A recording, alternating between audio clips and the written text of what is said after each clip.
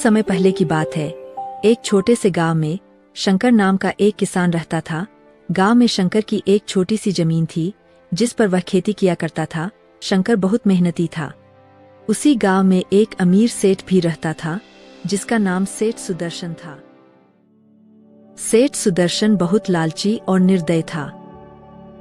उसने गांव के कई गरीब किसानों की जमीनें अपने नाम करवा ली थीं और उन पर ब्याज का भारी बोझ डाल दिया था। एक बार गांव में सूखा पड़ गया। कई महीनों तक बारिश नहीं हुई। किसान परेशान हो गए। शंकर की भी फसलें सूख गईं और उसके पास खाने को कुछ भी नहीं बचा। उसकी स्थिति दिन प्रतिदिन खराब होती जा रही थी।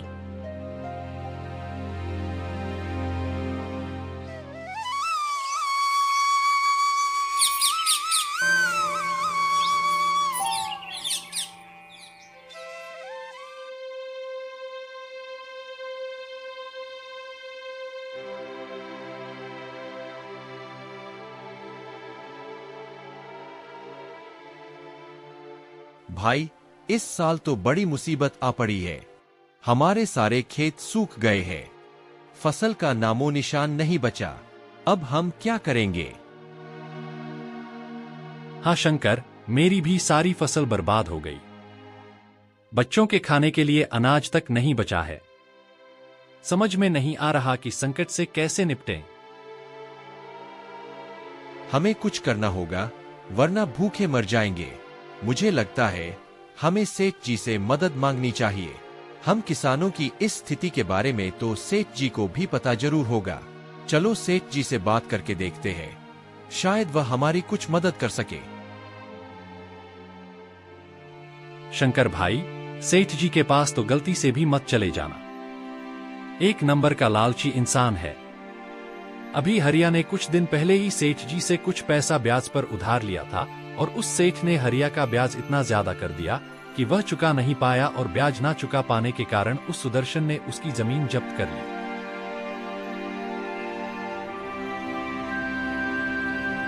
फिर हम क्या करेंगे? अभी तो हमारे पास बिल्कुल पैसे नहीं बचे हैं। घर में खाने के लिए राशन तक नहीं है। अब जो भी हो, अभी तो बस एक सेठ जी ही सहारा है। उनसे अभी कुछ पैसे मांग लेते हैं। बात की बात बाद में देखेंगे। देखो शंकर, मेरा मकसद था तुम्हें सतर्क करना। अब तुम जो भी करो आगे तुम्हारी इच्छा। मुझे लगता है हमें मिलकर गांव की पंचायत से बात करनी चाहिए। शायद वे कोई उपाय निकाल सके। सही कह रहे हो मोहित। एकजुट होकर ही हम इस समस्या का सामना कर सकते हैं। अगर हम सब मिलकर पंचायत के पास जाएं और अपनी स्थिति बताएं तो शायद कोई हल निकल आए। ठीक है, तो फिर कल सुबह ही हम सब पंचायत के पास चलेंगे और हमें सरकार की योजनाओं के बारे में भी पता करना चाहिए। हो सकता है हमें कोई राहत मिल जाए।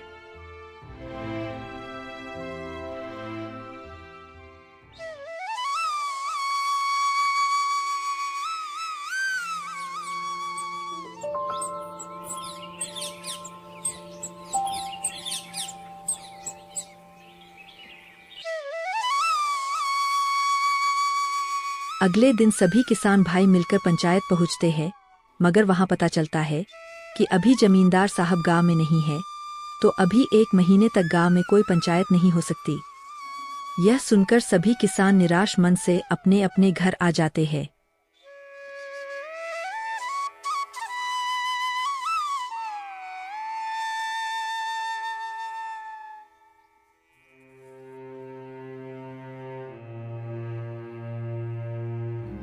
गायत्री, अब क्या होगा? हमारी सारी फसल सूख गई है। खाने को कुछ भी नहीं बचा।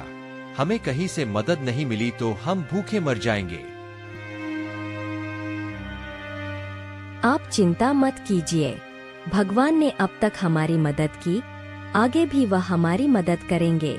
हमें धैर्य रखना होगा।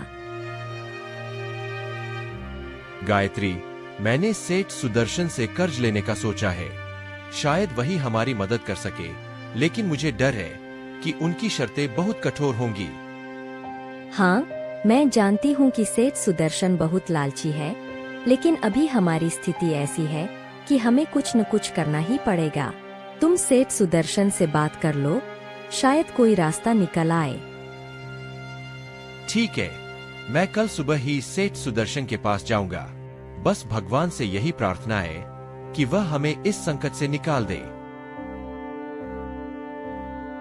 आखिरकार भूख से मजबूर होकर शंकर ने सेठ सुदर्शन से मदद मांगने का निश्चय किया।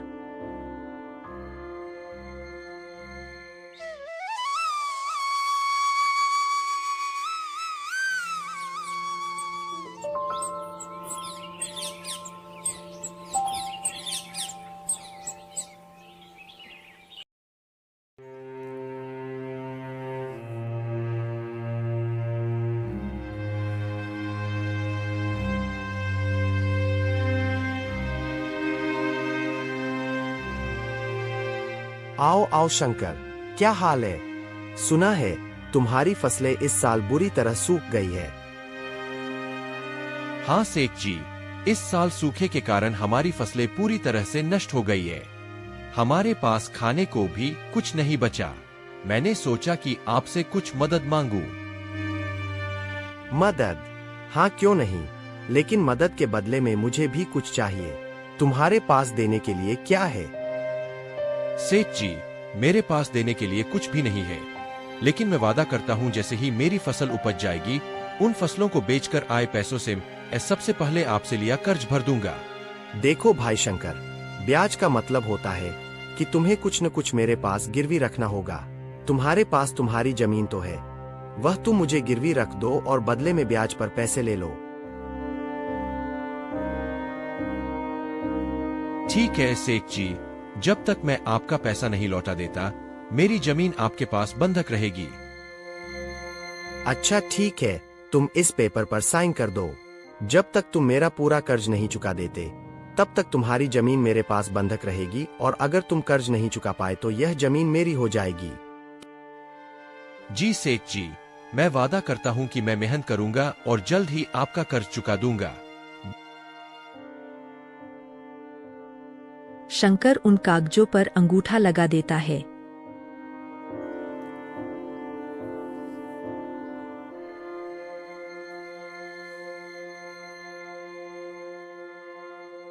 गायत्री, सेठ सुदर्शन ने हमें कर्ज तो दे दिया, लेकिन उसने हमारी जमीन बंधक रख ली है। अगर हम समय पर कर्ज नहीं चुका पाए तो हमारी जमीन उसकी हो जाएगी। हमें हिम्मत नहीं हारनी चाहिए। हम मेहनत करेंगे और इस साल अच्छी फसल उगाएंगे। हमारी मेहनत और ईमानदारी हमें बचाएगी। हमें बस एक दूसरे पर विश्वास रखना होगा। तुम सही कह रही हो गायत्री, हम मिलकर मेहनत करेंगे और इस बार हमारी फसल जरूर अच्छी होगी। भगवान हमारे साथ है।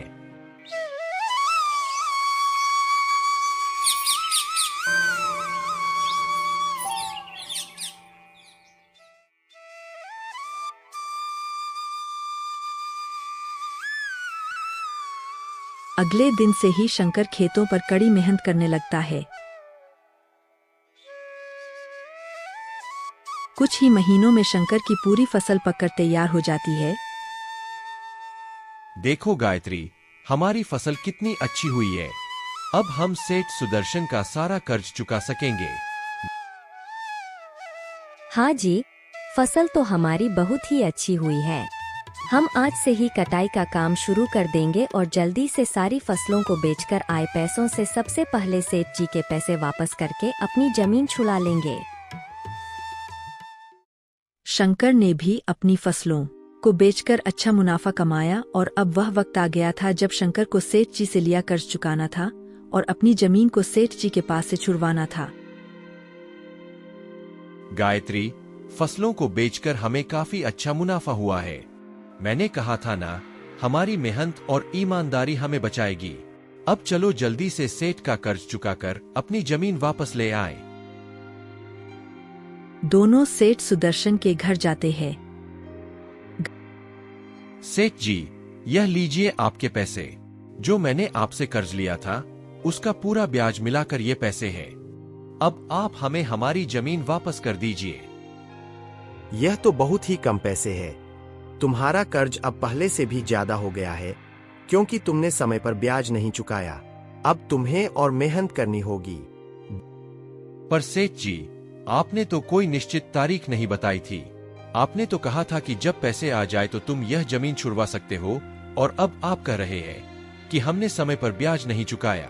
सेठ जी, मैं तो समय पर ही ब्याज देने आया हूँ। जैसे ही मेरी फसल पककर तैयार हुई, मैंने फसलों की कटाई शुरू कर दी और फसलों को बेचकर जो पैसे मिले उसे सीधा आपके पास ही लेकर आया। देखो शंकर, इस कागज पर साफ साफ लिखा है, अगर तुमने 15 दिनों के अंदर ब्याज के लिए हुए पैसे वापस नहीं किया तो यह जमीन मेरी हो जाएगी, और अगर उसके बाद भी तुम्हें अपनी जमीन वापस चाहिए तो तुम्हें 20% और ब्याज देना होगा। यह अन्याय है। हमने पूरी रकम चुकाई है। आप हमारे साथ ऐसा नहीं कर सकते। यही सच है। अगर तुम्हें अपनी जमीन वापस चाहिए तो 20% ब्याज का पैसा लेकर आओ। अब जाओ और ज्यादा मेहनत करो। अभी तो हम जा रहे हैं सेठ सुदर्शन जी, पर याद रखना, मैं अपनी जमीन तुमसे वापस लेकर ही रहूंगी। तुम्हारी बेईमानी के बारे में मैं सारे गांव वालों को बताऊंगी कि किस तरह तुम गरीब और भोले भाले किसानों का फायदा उठाते हो। गायत्री और शंकर निराश मन से सेठ जी के घर से आ गए और सेठ जी द्वारा किए गए धोखे को गांव के सभी किसानों को बताया। यह बात सुनकर गांव के सभी किसान बहुत क्रोधित हो गए। यह सेठ सुदर्शन अपने आप को समझता क्या है? अगर ऐसा ही चलता रहा तो देख लेना, एक दिन यह सेठ हम सभी किसानों को ले डूबेगा। हाँ, लेकिन सबसे पहले यह सोचो कि शंकर की जमीन उस सेठ सुदर्शन से कैसे छुड़वाए। वह सेठ तो यह जिद करके बैठा है कि शंकर 20% ब्याज और ज्यादा देगा, तभी उसकी जमीन वापस करेगा। हमें सेठ के खिलाफ कुछ न कुछ तो करना ही होगा। हमें पंचायत में जाकर इसकी शिकायत करनी चाहिए। अब तो जमींदार साहब भी घर आ गए होंगे। लेकिन मुझे लगता है एक बार हमें सेठ सुदर्शन से भी बात कर लेनी चाहिए। अगर सेठ सुदर्शन प्यार से मान जाता है तो ठीक, वरना फिर हम पंचायत में ही इसकी शिकायत करेंगे।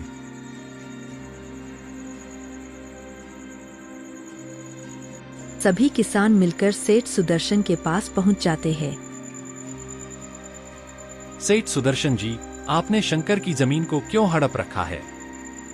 आप उसकी जमीन वापस कर दीजिए।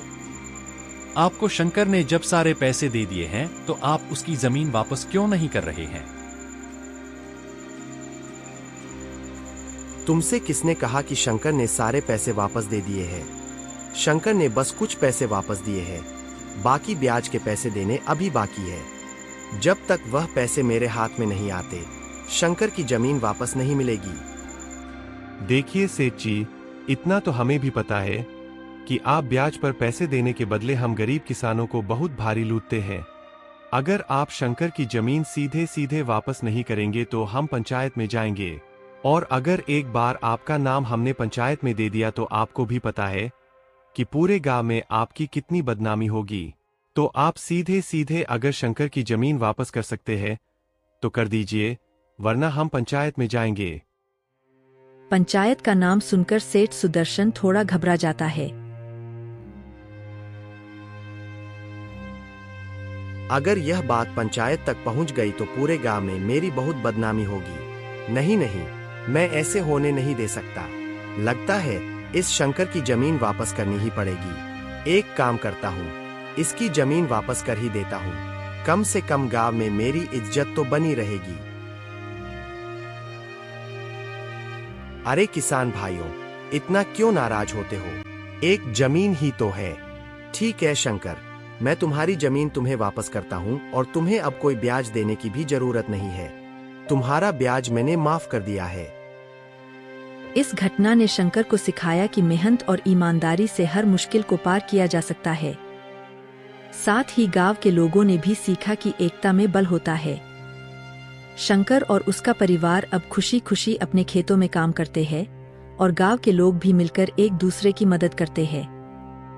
इस प्रकार गरीब किसान शंकर ने अपनी मेहनत, ईमानदारी और गांव की एकता से अपनी जमीन और इज्जत दोनों को बचा लिया।